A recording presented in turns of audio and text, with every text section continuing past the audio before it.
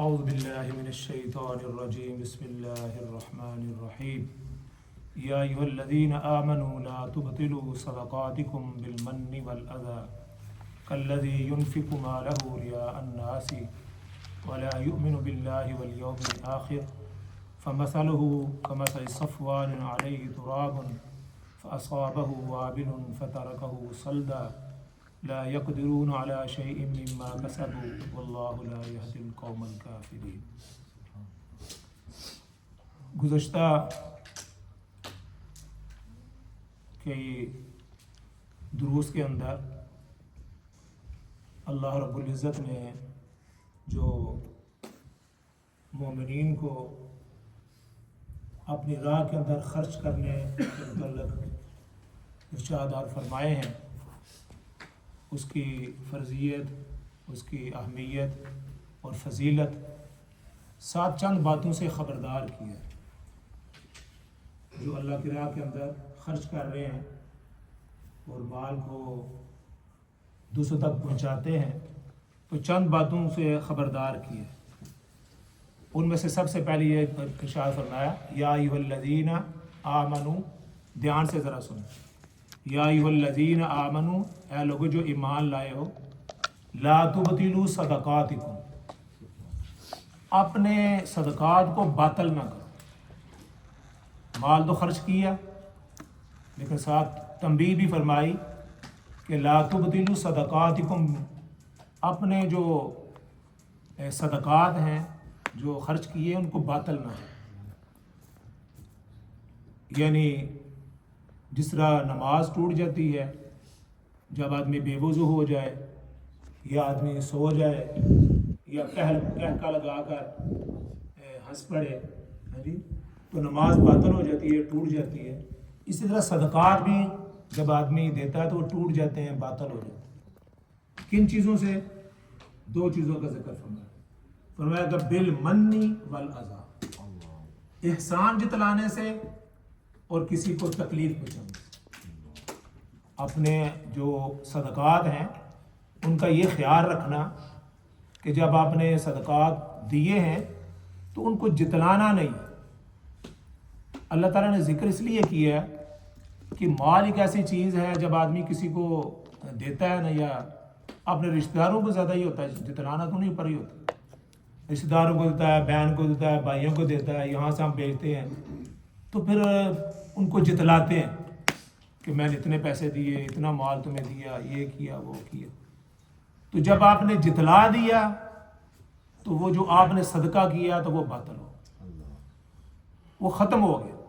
اور اللہ تعالیٰ اس کے آگے مثال بھی ارشاد فرماتے ہیں کہ کس طرح ختم ہوتا ہے۔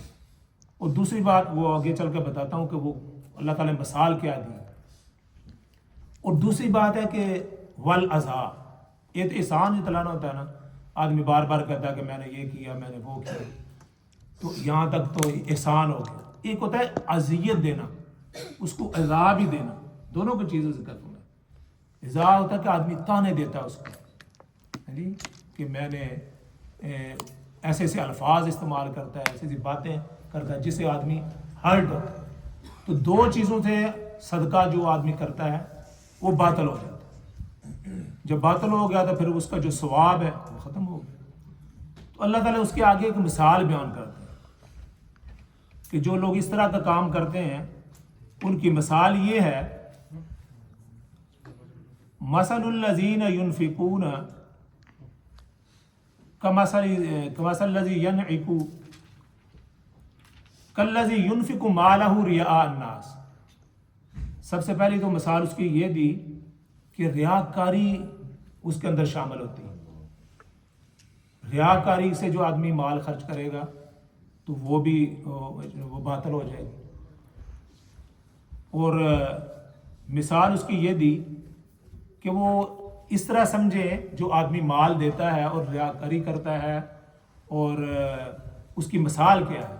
فرماتے ہیں اللہ تعالیٰ کمثل صفوان علیہ فمثلہ کمثل صفوان علیہ تراب فاصابہ وابل فترکہ صلدا۔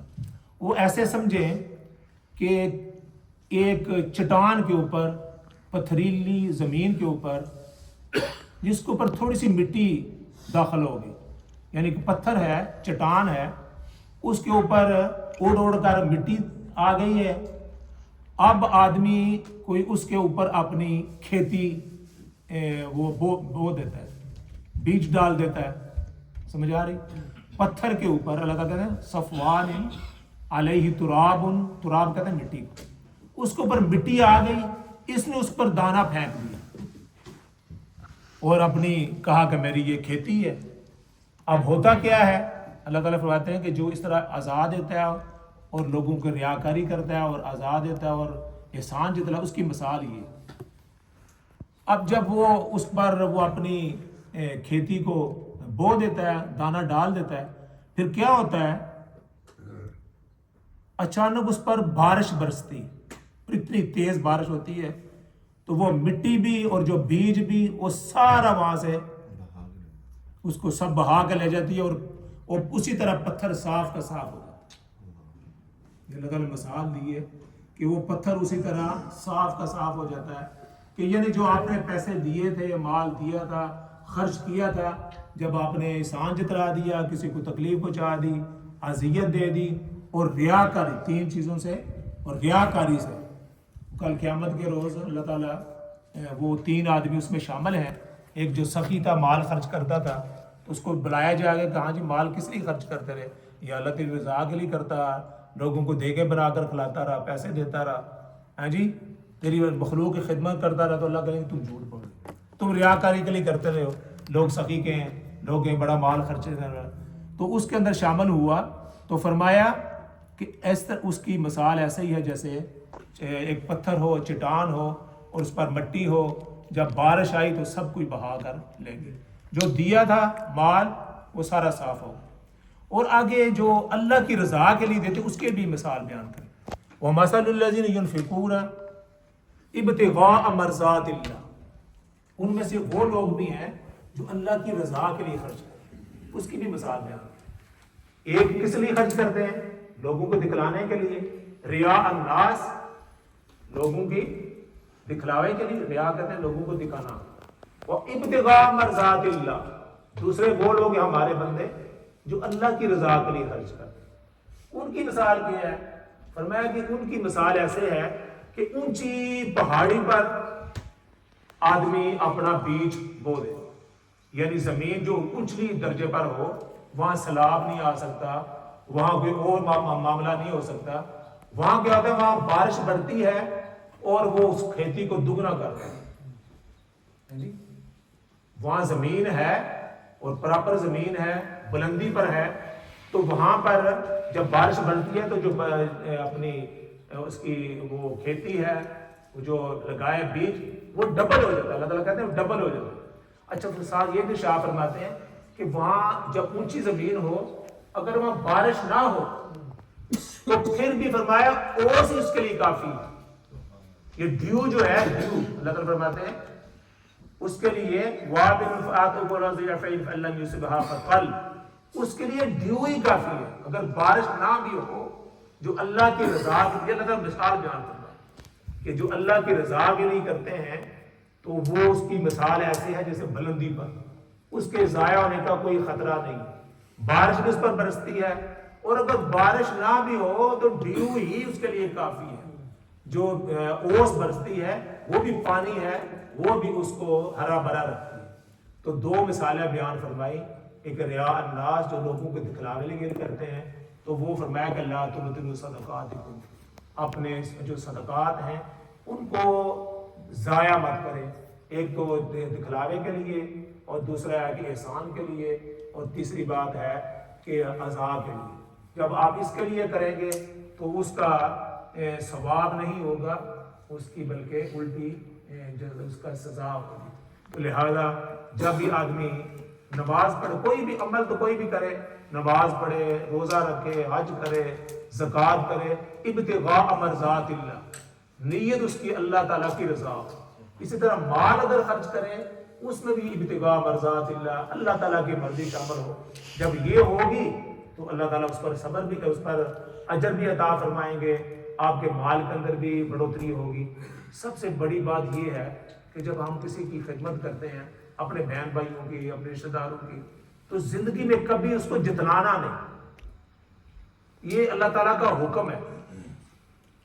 ساری بیان کرنے کے بعد یہ فرما دیا کہ ان چیزوں سے خبردار رہنا ہے کہ جب آپ نے کر دی نا نیکی کر اور کنویں میں ڈال، دریا میں، ہاں دریا میں نیکی کر، دریا میں ڈال، یعنی وہ تمہیں بھول جائے وہ نیکی کدھر ہے جی، کنویں میں ڈال دیں، دریا میں ڈال دیں، اس کا آپ کو پتہ نہ ہو۔ لیکن یہ نہ ہو کہ آپ ساری زندگی خود بھی یاد رکھیں، اس کو بھی یاد کراتے رہیں، اور بھائی تینوں میں فلانی موٹر سائیکل لے کے دیتی، اور تینوں میں بچہ لے کے دیتی، ہاں تینوں میں مکان لے کے دیتا، اور تینوں میں فلان کیتا، وہ ساری زندگی وہ بیچارے کو وہ جوانا وہ بتلا کر اس کو بیچارے کو اس کا حشر کر دے، اور پھر اس کو جینے کا حق نہ دیں کہ بیچارے کوئی چاند پیسے بھیج دیے۔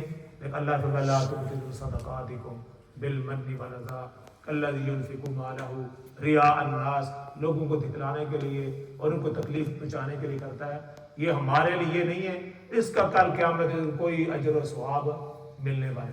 تو جب بھی آدمی کوئی بھی عمل کرے، یہ تو یہاں ذکر فرمایا نا مال کا، تو کوئی بھی عمل کرے وہ ابتغاء مرضات اللہ، اسی کا ثواب ملنے والا ہے، اسی کا اجر ملنے والا ہے۔ جب آدمی کسی کو جتلا دیں گے تو اس کا اجر ختم ہو گیا۔ اللہ تعالیٰ مجھے اور آپ کو اس کی توفیق عطا فرمائے۔